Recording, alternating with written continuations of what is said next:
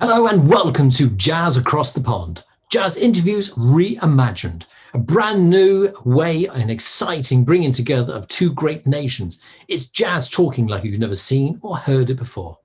We warmly welcome all the jazz members from all the different groups from all around the world. We welcome you along to us, and we welcome all our listeners that religiously watch us and tune in every single week. Now let's meet my partner in crime. So a warm welcome along to Jazz Across the Pond from me, Roger Lee, aka the Jazz Cat. And I'm Kevin Goolsby, and they call me Mr. G. Mr. G, Kevin Goolsby, the gin to my tonic. Oh, can we tell you what? Can we make it Tanqueray? Okay, we had a brilliant show last week. You really enjoyed it. I loved it. I'll tell you what, it was amazing to sit back and think that a guitar would make such a difference for an artist. And if you don't know what I mean by that, people, you need to check last week's interview. It's still available on YouTube. Log on, and it's great. Absolutely fabulous interview. Now, talk about interviews, a great one tonight. Without further ado, let's bring the man on, shall we? Hi, this is international recording artist Bob Baldwin, pianist, producer, composer, author, and radio host and creator of the New Urban Jazz Lounge, based out of New York and Atlanta. Did you know I've recorded over 35 projects and recorded music on 6 continents? From Dubai, Johannesburg, Brazil, and the UK. Pretty fun, right? Anyway, you're watching me on Jazz Across the Pond with the Jazz Cat and Mr. G. I hope you enjoy. So a very good evening and welcome along to Jazz Across the Pond. And so we are so looking forward to tonight one. Tonight, ladies and gentlemen, we're welcoming the one, the only, all the way from New York City, Mr. Bob Baldwin. Hey, how's it going, man? Good to see you guys. Great to see you. Thank you so much for taking time of your day. Mr. Bob Baldwin, an American New York State born in December, a fellow December born. Hey. When is your birthday? Mine's the 22nd. Okay, there you go. There you go. Right on, man. I'm a Christmas baby. Happy belated birthday, by the way. And yours as well. A contemporary jazz pianist, music composer, author, radio host, creator of the New Urban Jazz Lounge, music producer. I'll tell you what, I'm out of breath just introducing yourself. Well, I'm happy to be here, man. Happy to still be here doing music. So it's all good. And I love the backdrop. You got you playing, and a picture of you playing. Fabulous. That's going crazy. Yeah. Okay. So, Bob, now, if we've done our research and our homework correctly, you learned music from your late father, Robert Baldwin Sr. Now, it's either 4 years old or 6 years old. We can't establish which one, but basically, you then started up and you then started your own career as a soloist in 1983. Tell us more about your musical upbringing. Yes. Yeah, I think I was either 4 or 5. I can't remember, man. I've lost count. I remember Charlie Brown, the little Charlie Brown books were out. I used to read those a lot. So I know that's when his head was completely round. I think they drew his head around a cup or something. It was like perfectly round. So around 65, 64, give or take. So my father found out I had perfect pitch, being a pianist himself. And he would play a note on the piano and he'd say, son, what note is that? And I called the note out. I'd be like in the other room, in the bedroom, watching TV or something. Middle C. And his friends, he'd invite his jazz friends over and they play a note on the piano and I called the note out. It'd be like, wow, this kid's amazing, So I was like his little toy at the time. It was pretty fun. And then when I was young, man, I used to listen to Oscar Peterson and Herbie and Bud Powell, but Oscar Peterson was the main guy. So I was listening to jazz at a very, very young age. And so that's how I got started getting into piano. I took, classical lessons for about 7 years. And but the jazz always drew me back in, just the sound of the music. Back then Blue Note was hot and heavy at the time with Miles. Now down the hallway though, I got to tell you about my sister. She had all the funk and soul records. There you go. She had the Isaac Hayeses and the Stax records and the Motowns and the Marvin Gayes and the Stevie Wonders. Mm-hmm. So, and then I went to college in the late 70s, and that's when I picked up playing gospel music. had a chance to open up for the Hawkins family when I was playing with. Oh, wow. And that blew me away. I never forget, we were at this church. I mean, not a church, at a school, at a college. It was predominantly, white college. It was a Reformed Presbyterian college. And Tremaine Hawkins sang this track called Change. And everybody just fainted, man. I was like, whoa, this music is amazing. I got to get into this. So that started to fuse the jazz and the soul and the gospel. Yeah. Yeah, and we're going to talk about that a little bit as well, Bob. But you have a very impressive list of what we call self-professed musical influences in your life. People like Herbie Hancock, Chick Corea, Earth, Wind and Fire, Ramsey Lewis, Stevie Wonder, Joe Sample, Miles Davis, and George Duke.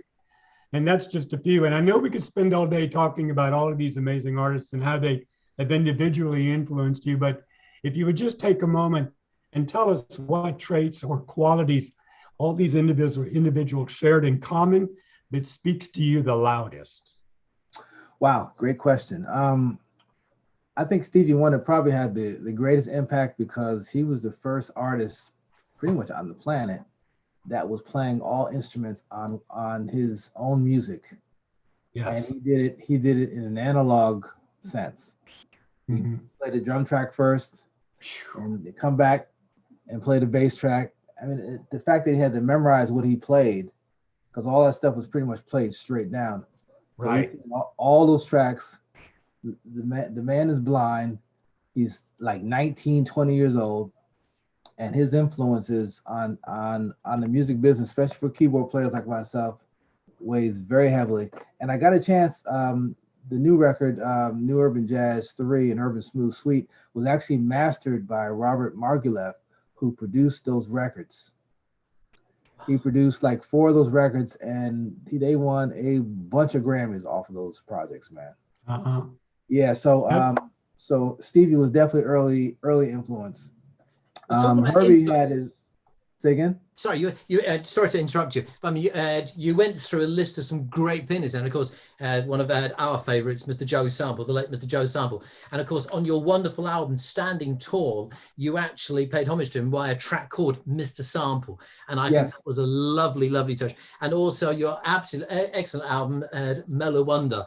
I mean, a tribute again to the wonderful Stevie Wonder. So it's nice that not only do you acknowledge them, but you actually do tracks for them and albums for them. Oh yeah, yeah.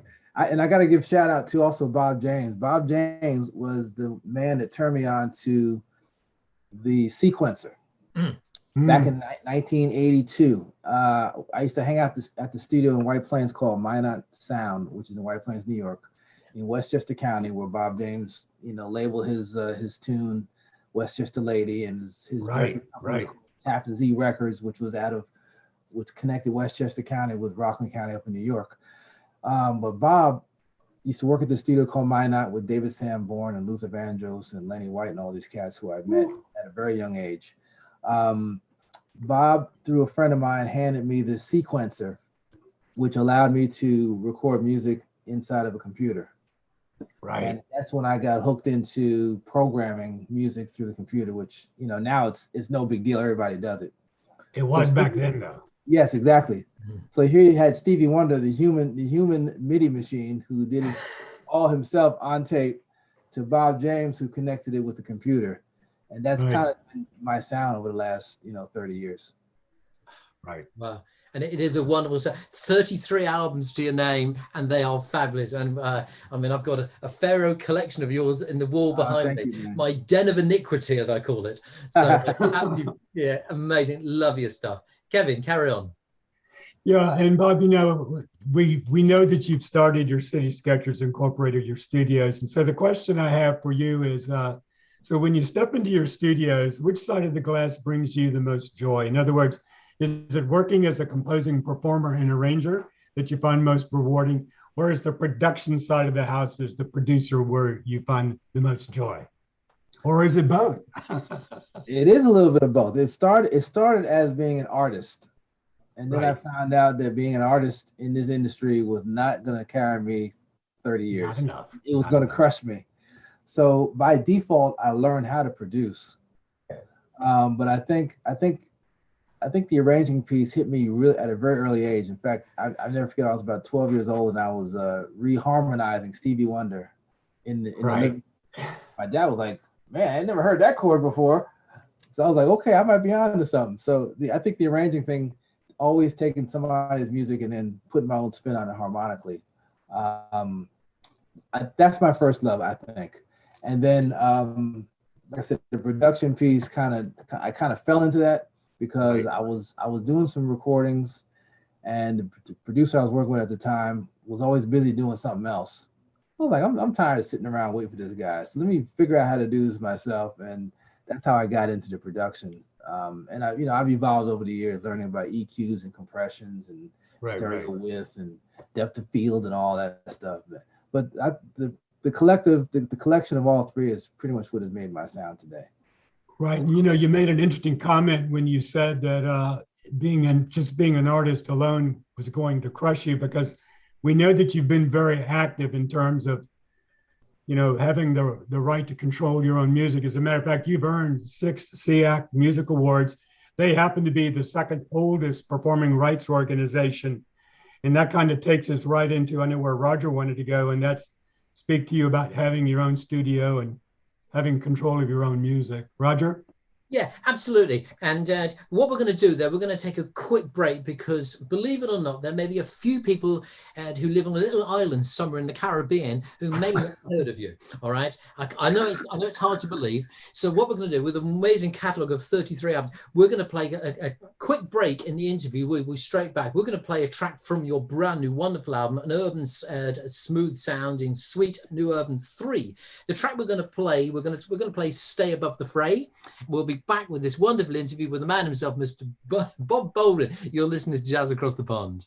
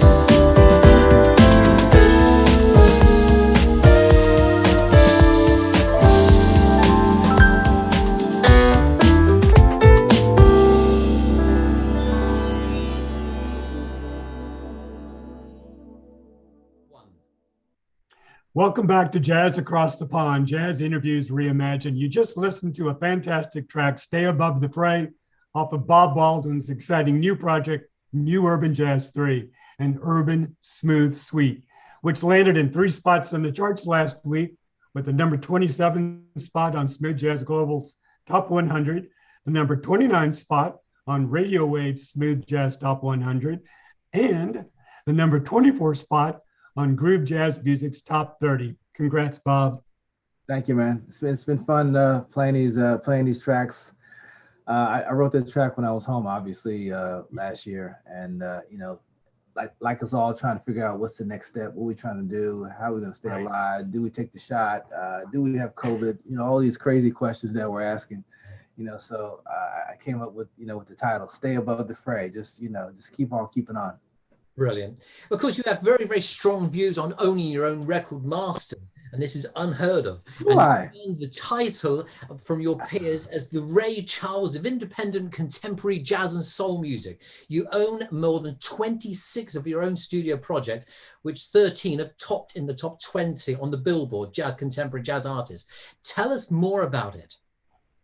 Well, I think the key to longevity is to owning your own music, especially now, where streaming kind of came into the picture, and record royalties for artists have just completely almost bottomed out, and most of those artists have had to depend on going on the road to offset the money they did make as an artist. And now with 2020 coming and COVID shutting all the clubs down, everybody's home. And a lot of guys are really, it's unfortunate. I hear a lot of my friends, just scrambling just to keep ends, keep the lights on. It's kind of sad, man. But in most of those cases, those guys did not own their material. And so with that being said, I'm fortunate enough that I kind of saw the light. My dad always said, don't keep all your eggs in one basket. And so, have multiple streams of income. And so with that, I'm happy that he gave me that great piece of advice, and to own the music has really been a great asset. Of course, Ray Charles spoke on it, 30 plus years ago.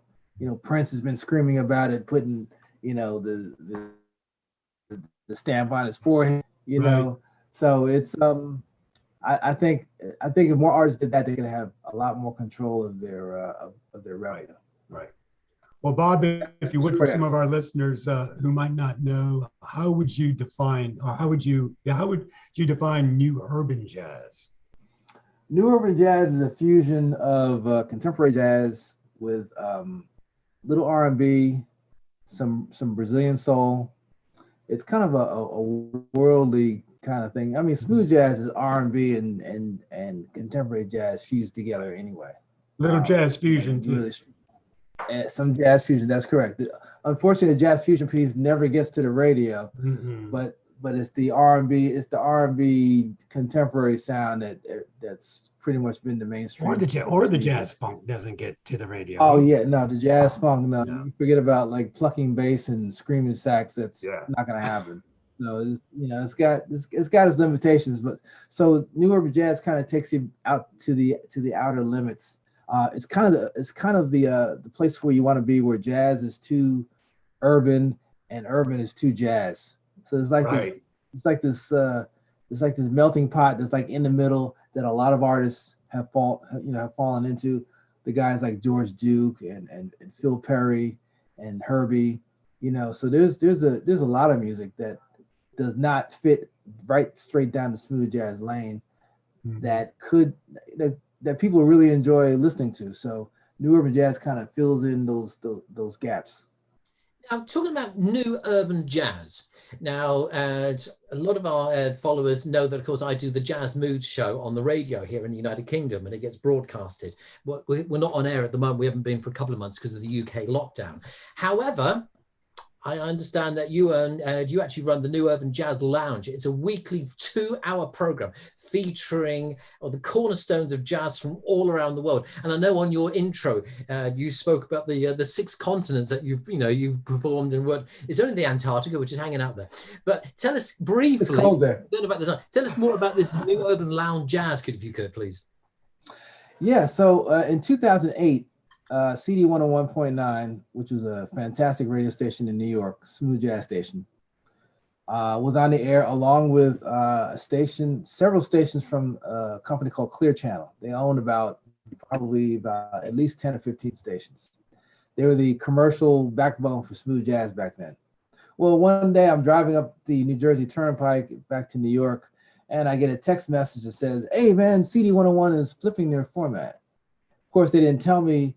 No, the first message was, "We have a meeting at 4 o'clock about flipping the format." And then about 15 minutes before the clock changes, I get another text that says, "They're switching to rock." So I'm like, "You got to be kidding! This has got to be a scam. It's got to be scamming me." So about 5 minutes to 4 o'clock. It was on a Tuesday. I think it was February 8th. I almost remember the date. It's scary. I'm listening to the radio on the highway, and they go from like Kenny G to like ELO or something. It was like, oh my God, it really did happen. So, and then for a long time, then right after that, all the Clear Channel stations completely folded the format, shut it completely down. And everybody was like, oh man, what are we gonna do with the jazz? And the only way you could find the jazz was on the internet. So that's when I came up with the concept New Urban Jazz. I've been doing radio on and off for about 15 years prior to that. And so that's when I began to put together the format. There was no smooth jazz right around 2010 from Boston, Massachusetts to Orlando, Florida, which is about 1,500 miles, if not more. And so I just wanted to just fill that gap so people had something to listen to. And the show ended up landing on different jazz college radio stations. And now we're on 55 stations around the country and in parts of the world as well. Wow. And it's wonderful. And I know, Ed, you get a lot of accolades for the keeping the jazz alive, as does Kevin and myself with the smooth jazz train and jazz moods. And absolutely. So we're there. We have to do it. Okay, in 1980s. Oh, I thought, first of all, when you said about the dates, February, I thought you were going to say it was April the 1st and you thought it was an April Fool's joke or something like that. That would have been worse. At least that would have been a better story, Bob. Yeah. Yeah, exactly. So in 1987, Sony founded the Sony Innovators Award, an annual ceremony and an award aspiring for Afro-American artists and has shown outstanding talents. Now, in an opening speech of the first ceremony held in 1988, major producer, the man himself, Mr. Quincy Jones, stated that it is encouraging the large firm like Sony to provide the Afro-American artist a chance to introduce to an entire nation. And you were actually awarded the Sony Innovators Award in 1989 by the lady herself, Roberta Flack. Briefly tell us about that one.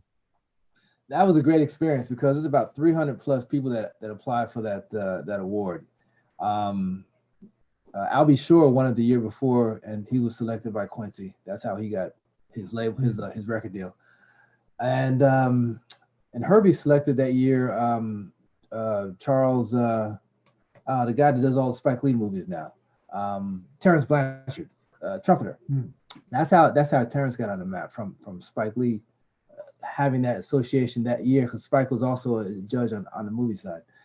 But to me, the Roberta Flack at that time was really amazing because I had been a fan of hers for eons. Right. To actually meet her and just take a picture with her when I had hair, by the way. It was a great experience. Exactly. And then that helped me get my deal with Atlantic Jazz, which kind of got things launched because she was on the label at the time and she put in a good word. And so I owe the Sony Innovator Award, a lot for allowing me to win that award and then, being selected. The funny thing about that, one of the runner-ups was a group called Straight Ahead out of Detroit, which had two amazing musicians in the group, Regina Carter and Althea Renee. Oh yeah. Yep. So we all kind of came up at the same time, and they ended up getting record deals from that as well. So it was a great opportunity for all of us. Well, Althea Renee, she was an artist. She was a guest about 2 months ago with ourselves. Okay. And she joined. She's lovely. She is. So certainly, Roberta Flack, Killing Me Softly with Your Song. Oh, what an amazing song. Kevin, over to you. Well, the only thing I was going to mention is, we've talked about a lot of the accolades that you've received. I'd like to mention that in 2000, you also co-wrote and co-produced 2 songs on Will Downing's project, All the Man You Need, which received a Grammy nomination for Best Traditional R&B Album. I just wanted to make sure we talked about your accolades, that we added that one as well. Oh yeah, man. Well, I've known Will. It's funny. I met Will the same day I heard him on the radio for the first time. I was driving wow. we were driving to do a benefit for a young man that committed suicide. He was playing in Luther Vandross's band. His name was Yogi Horton. And Yogi left behind three beautiful kids and his wife. And Luther was getting ready to do this big festival, this big concert at Madison Square Garden, and he had to cancel the dates. So about a month later, we went down to do his benefit for Yogi, and I'm listening to "Wishing on a Star" by Will Downing for the first time. Never heard this guy. I was like, that doesn't sound like Luther Vandross. He's got a little more jazz in his sound. Right. And within like an hour, I meet Will Downing singing "Wishing on a Star," and that's how we met. And maybe about a month and a half later, he asked me to write a tune for him for his next record. The album's called "The Dream Fulfilled," and a record called "She." And that's how Will Downing and I became good friends, and we've been good friends ever since. So it was an honor to play with him on that project that was nominated for a Grammy. Well, some of the tributes, I mean, we've already touched on them in your wonderful album, Mela. Now, of course, it's very interesting. Back to the original, when you were talking about your elder sister, Deborah, so there was a bit of soul there, a bit of Motown influence, of course. Oh yeah. So, but you also, of course, you did a fabulous version as like a tribute to the Jacksons, and with the wonderful song "Never Can Say Goodbye." Now, a lot of people may not realize, but of course, that song was written by Clifton Davis, but in actual fact, it was actually intended for the Supremes originally. And then they then turned around and when they declined it, and that's why they went to the Jacksons. So life has a funny way of doing those sort of things. But you talk about jazz, there is a fabulous version. Gloria Gaynor, of course, took it into the charts in the 70s, but the Buddy Rich Big Band, if you ever heard them do the version of Never Can Say. I have. I listened to a lot of the different versions before I took a crack at it. It was just such a great song. I didn't want to, mess it up. And yeah, Clifton Davis writing that song was pretty amazing. And I got a chance to work with Chuck Loeb. Chuck Loeb and I kind of lived around the same neighborhood, and ended up playing on that record. Chuck and I have been good friends for years. Rest in peace, brother Chuck. Yeah, what a tragic loss for the genre that was. Absolutely. He was he just a down to earth cat. Yeah. Him and Doc Powell grew up in the same town, which was Nyack, New York. No. Well, okay, so now because you've Bob, you've shared the stage with Kirk Whalum, Dave Koz, Jared Weasley, Rick Braun, Peter White, Adam Hawley, and of course Chuck, we just mentioned there. I mean, some amazing people. Is there anybody on your bucket list that you would still desire and love to work with? Wow. I had mentioned Bob James. I have a project that I want to use. I want to do a couple of things with a couple keyboard players that I really admire, and Bob James is definitely on my list. And of course, none of us are getting any younger, so I need to do this pretty soon. I saw Bob James on the Capital Jazz Cruise about a year and a half ago. We talked about it, so that's on my list. And I think that's a pretty reachable list, person on the list. Stevie Wonder's on my list. I don't know. He's talking about moving to Ghana. I'm not sure if I'm gonna be able to get him before he goes over there. But those are two people on the list right now. Well, I tell you what, we're both Kevin and myself are massive Bob James fans, and we had, his album last year with Till Bronner, a fabulous album. He's done Sanborn, he's done Earl Klugh, he's done some amazing. We would love to see that, the two of you together. What an album that would be. Yeah, that would be great. Bob James and Sanborn were responsible for, putting partially responsible for putting Marcus Miller on the map. Yeah. Marcus was like almost a teenager playing on some of those records. And playing Saturday Night Live band with Sanborn. And I used to see Marcus, man, years ago when he had the white bass, when he was playing all those great tracks on GRP Records with Tom Brown, and what a cat. Well, I tell you something, if you can secure that, I need to add it. I need to add him to my list too, by the way. oh yes, this ever-increasing list, but certainly a duet album. I tell you what, how about Marcus Milling playing bass and producing the album, and you and Bob James playing? I mean, now that it's got to be there, isn't it? It worked for Miles Davis. It worked for Miles. Hey, listen, man, you never know. That's just a couple phone calls away. So I think I'm going to try that. It's a great call, man. There you go. And you heard it first here on Jazz Across the Pond. That's right. And we've alluded some of the great, I mean, and it's nice, there's a lot of artists who love their peers and that, but don't actually pay homage to them. You had a couple of years ago, you did, I know you're a Beatles fan, now, whether that was influenced from your father, but Abbey Road with the Beatles, great album, superb. If you're a Beatles fan, have a listen to that with a slide grab. And of course, there's a lovely version featuring the lovely Laurie Williams where you sing My Love, and that's a brilliant one. Oh my goodness, that was Paul McCartney in Wings. But yes, that's right. When we do that record live, man, everybody really digs that record, and Laurie, she kills it.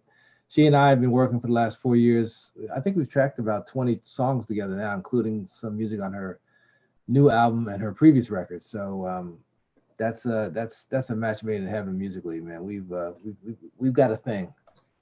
Oh, and it comes across as well. Kevin, have you got a last question before time runs out? I do. And Bob, we were talking about that gospel jazz influence. I know a lot of people are saying that your 1988 project with Tom Brown, No Longer High, did blend contemporary gospel, contemporary R&B, and jazz elements. But what I wanted to ask you specifically about that project, I believe you arranged 4 of those tracks on that on that project. And yes. So I wanted to know, was that one of the earliest projects that you actually wrote some arrangements for back in '88? That was in terms of a bulk of music, yes. We recorded that back in, I opened up for Tom Brown about the year before then. And that's how we became friends. I played in his band, and then he had this concept of bridging jazz with gospel, and it was really way ahead of his time because Kirk Whalum made it mainstream about 10 years later. Right. But Tom was on the cutting edge of it. But we were both on this label because the first record I produced under my own name was "I've Got a Long Way to Go." That record and Tom's record were on this small label called Malaco Jazz out of Jackson, Mississippi. And Danny Weiss, who now runs Shawnee, brought the concept to Malaco and said, "Hey, you guys should do this contemporary jazz label." Because Malaco was a gospel and a blues label. And so he tried, Bobby Humphrey was another project on that experiment. And so I'm getting all this airplay in New York. And long story short, I'm getting all this airplay in New York. And I can't find a record north of Washington, D.C. So I was like, you guys ain't gonna sell no records this way. So Danny got out of there and started Shawnee Records. But yeah, Tom Brown, that was a lot of fun doing that record. But before that, I did a record with a guy named James Crabb Robinson, and Najee played sax on it in 1986. A tune called "I've Got a Feel Like Going On." That was my first record that I produced that arranged on record. There you go. Tom Brown, good question, Kevin. Tom Brown, of course, that takes me back to my days when I was doing disco in the nightclubs, and I used to play. There we go. And the Funkin' for Jamaica, and they went mad. We are literally going to be running out of time. We're going to be finishing tonight's interview off playing the title track of one of my many favorite your albums, and I think it's so appropriate. The fact with all the great work, 33 albums, the fact that you everything you do, the author, the radio host, the music composer, I thought it was quite appropriate. We're going to finish off. It's all in a day's work, which I think that just about sums it up because you are you're one of the busiest jazz man around. It has been an absolute pleasure to have you with us. Next week we got the wonderful Reza Khan joining us, talking about his new album. So looking forward to that one there. From everybody here, Bob Baldwin, we can't thank you enough. Thank you so much for joining us, sir. Thank you, man. It was my honor, and talk to you guys soon. Say goodnight, Kevin. Good night, Kevin. Good night, Kevin. I like that. From me. Ladies and gentlemen, thanks so much for tuning in tonight. Jazz Across the Pond, the wonderful Bob Baldwin. Go out, start looking at his material, start explaining, and start treating yourself to some.